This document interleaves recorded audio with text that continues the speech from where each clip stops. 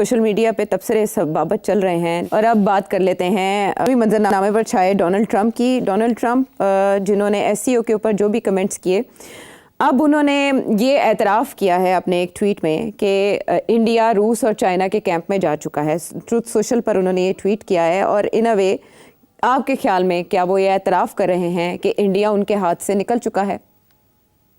नहीं, Donald Trump बहुत सी बातें करते हैं और कभी कभी उनकी अंग्रेजी और जो हवाला दे रहे होते हैं वो समझ नहीं आती अगर आप उसको थोड़ा गौर से ना देखें।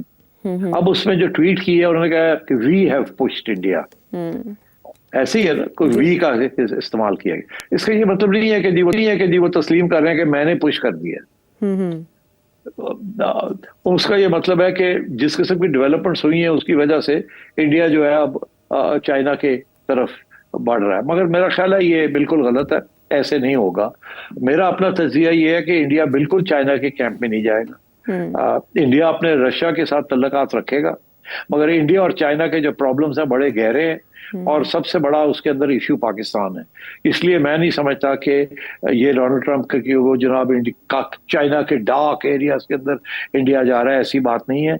मेरा ये याद रखिएगा, मेरा क्लिप रखिएगा कि ये सूनर और लेटर इंडिया वापस डोनाल्ड ट्रंप और अमेरिका के कैंप में वापस एक पांव रखेगा और अपने जो मसाइल हैं अमेरिका के साथ उनको हल करेगा। स्पेशली ये जो टैरिफ्स वाली बात है, ये छोटा सा एक हिकअप हुआ है। हिकअप मतलब है कि क्या कहते हैं, हिचकी आई है, तो लाया है, हिचकी आई है। डोनाल्ड ट्रंप ने कोई बेवकूफ सी बातें की हैं जिसकी वजह से नरेंद्र मोदी ने अपनी इज्जत बचाने के लिए ये काम किया है, मगर इसका ये मतलब नहीं है कि वो इस कैंप के अंदर जा रहा है। अगर उस कैंप में जाना होता फिर वो जो परेड थी जो अमेरिका के लिए दिखाई गई थी उसमें भी जाके शिरकत करता, मगर उन्होंने एक कदम लिया है, दूसरा कदम नहीं लिया और उसके बाद वो उठ के जापान जा रहे हैं जहां अमेरिका का अड्डा है। तो मतलब है कि इंडियंस इतने भी बेवकूफ नहीं है कि एक छोटी सी बात के ऊपर वो कूद जाएं किसी और कैंप में जहां उनको कुछ नहीं मिलना उस कैंप के अंदर। वो तो चाहेंगे कि ये अमेरिका से दूर हो, मगर उस कैंप के अंदर वो ना चाइना इनको कुछ दे सकता है ना रूस दे सकता है ओवर एंड अबव जो ऑलरेडी मिल रहा है। और छोटे मोटे तो कंसेशन चाइना ने ऑलरेडी दे ही दिए, मगर उनके जो बॉर्डर इश्यूज है ना, तिब्बत का इश्यू है और हिमाचल प्रदेश का जो इश्यू है वो बहुत सीरियस है। वहां इतनी जल्दी सेटलमेंट नहीं होने वाली। और वो जो मेन प्रॉब्लम जो है वो तो पाकिस्तान है। एक चाइना तो पाकिस्तान का जो रिलेशनशिप है उसके अंदर कोई दरार नहीं डाल सकता।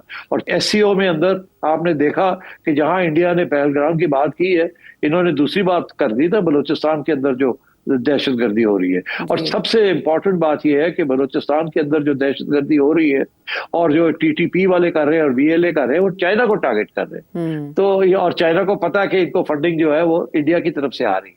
तो इसलिए ये छोटा सा इश्यू है, ये आगे जाके सॉर्ट आउट हो जाएगा। इंडिया जो है वो इस एससीओ के कैंप के अंदर अमेरिका के खिलाफ नहीं खड़ा होगा।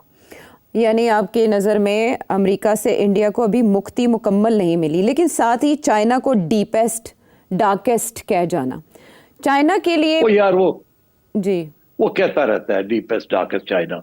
एक तरफ तो उसने चाइना के ऊपर तो अभी किया ही कुछ नहीं, इंडिया को खड़का दिया है। चाइना के साथ तो अभी ओपन है सारा कुछ, डीपेस्ट डार्केस्ट चाइना। और उधर रूस जो है, जो डीपेस्ट डार्केस्ट रूस है, जो यूक्रेन के अंदर लड़ रहा है, जिसके ऊपर यूरोप के सारे काम खराब हो रहा है, वो उधर उसकी दोस्ती की हुई है। तो ये डोनाल्ड ट्रंप जो है ना वो अपनी सियासत चला रहा है विच इज कम्प्लीटली अनइंस्टीट्यूशनल और वो बिल्कुल पर्सनल लेवल के ऊपर वो करता है। आज वो डीपेस्ट डार्केस्ट चाइना कह रहा है, कल चाइना के साथ वो सेटलमेंट कर लेगा। और मैं आपको बताऊं सेटलमेंट चाइना के साथ होगी, रूस के साथ भी होगी, डोनाल्ड ट्रंप करेगा, आप देखिएगा। ये यूरोपियंस जो है ना इनको समझ नहीं आ रही है कि वो कहाँ जाएंगे। जी, too much confusion, but at the same time वो डिफेंस डिपार्टमेंट का नाम चेंज करने का इरादा रखते हैं, उसे डिपार्टमेंट ऑफ वॉर बना रहे हैं। इससे क्या होगा सिटी साहब? अब आप देखिए, एक तरफ वो कहता है कि मेक अमेरिका ग्रेट अगेन, हम किसी जंग का हिस्सा नहीं बनेंगे, हम जंगें जो हो रही हैं उनको मैं खत्म करने जा रहा हूँ, मुझे नोबेल प्राइज दे, मैं सारी जंगें खत्म करने जा रहा हूँ। दूसरी तरफ डिपार्टमेंट ऑफ डिफेंस को वो कहता है कि मैं उसको डिपार्टमेंट ऑफ वॉर तो ये डोनाल्ड ट्रंप है आपके लिए। तो इसलिए I think you should not take Donald Trump seriously. वो हर किस्म के चाल चलता है, कि ये भी कामयाब हो जाए, ये हो जाए, कभी ब्लफ मारता है, कभी ये करता है, कभी वो करता है। अब इसकी क्या सेंस है? This nonsense. Department of defence को कर देना डिपार्टमेंट ऑफ वॉर, और ये भी कांग्रेस के पूछे बगैर। कांग्रेस के अप्रूवल तो चाहिए होती है इस किस्म की चीजों के लिए, मगर उसको कॉन्फिडेंस है कि इस वक्त रिपब्लिकन्स लेटे हुए हैं, जो डोनाल्ड ट्रंप कर रहा है वो रिपब्लिकन्स मोहरे लगाई जा रहे हैं उसके ऊपर। तो but I don't think this is significant. ये सारे सिग्नलिंग है, ये कोई खास इसकी अहमियत नहीं है, कोई इसको सीरियसली नहीं लेगा। शोर ज़्यादा मचा रहे हैं, इकदामात कम कर रहे हैं, और अब जो जिस नौइयत के हालात हो चुके हैं और आलमी बरादरी जिस तरह का रिएक्ट कर रही है, लगता है कि डोनाल्ड ट्रंप ज़्यादा कार्ड्स बाकी नहीं रहे। आने वाले दिनों में इंडिया के लिए भी अभी पोजीशन क्लियर होती नज़र नहीं आ रही। वापस आते हैं प्रोग्राम में एक ब्रेक के बाद।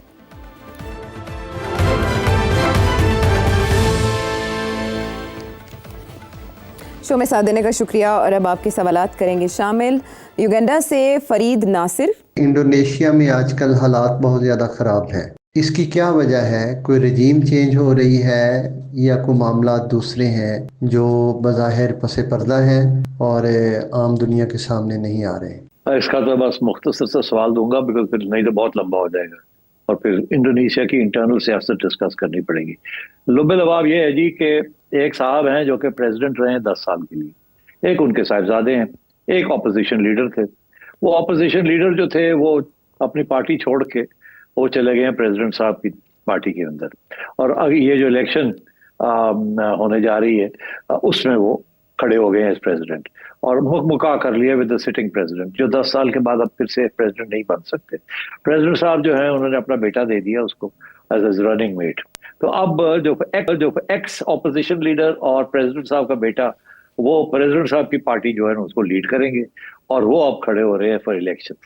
और ऑपोजिशन जो है वो सुकार्नो की जो साहिबजादी हैं, सुकार्नो पुत्री, वो परेशान है क्योंकि रिगिंग हो रही है। और ये आप पाकिस्तानियों को तो पता है जब इस किस्म की चीज होती है तो किस तरीके से सियासत रुख मोड़ती है। इसलिए इंडोनेशिया में अभी बड़ी इंस्टेबिलिटी हुई हुई है। ऑपोजिशन लीडर जो है वो गवर्नमेंट को ज्वाइन कर गए हैं और अब अगली इलेक्शन के लिए तैयारी कर रहे हैं, और वहां शोर पड़ गया कि इलेक्शन रिगिंग की तैयारियां हो रही हैं and so on and so fourth. और तो ये है, इससे ज्यादा कोई साजिश नहीं है। इस dirty politics all over again, politics of opportunism and so on. वो अब जो साहब प्रेसिडेंट है वो 10 साल से ज्यादा रह नहीं सकते, इसलिए उन्होंने अपना बेटा को फिट कर दिया उसके अंदर। तो आने वाले प्रोग्राम्स में इस पे तफसील से बात करते रहेंगे जैसे सिचुएशन आगे जाती है इंडोनेशिया में। खालिद अवैस साहब लाहौर से क्या जानना चाह रहे हैं? मेरा सवाल आपके तजर्बे को सामने रखते हुए कि जो कि आप चीफ मिनिस्टर केयर टेकर रहे पंजाब के, जो कि पाकिस्तान का सबसे बड़ा सूबा है, क्या आप समझते हैं कि जो आजकल जो बहस नए सूबों के बारे में छिड़ी हुई है, नए सूबे बनने से क्या हमारी तमाम बीमारियों का इलाज मुमकिन होगा, या जो चैलेंजेस हमें दरपेश हैं, खास तौर पर जबकि मकामी हुकूमतें जो कि फंक्शनल नहीं हैं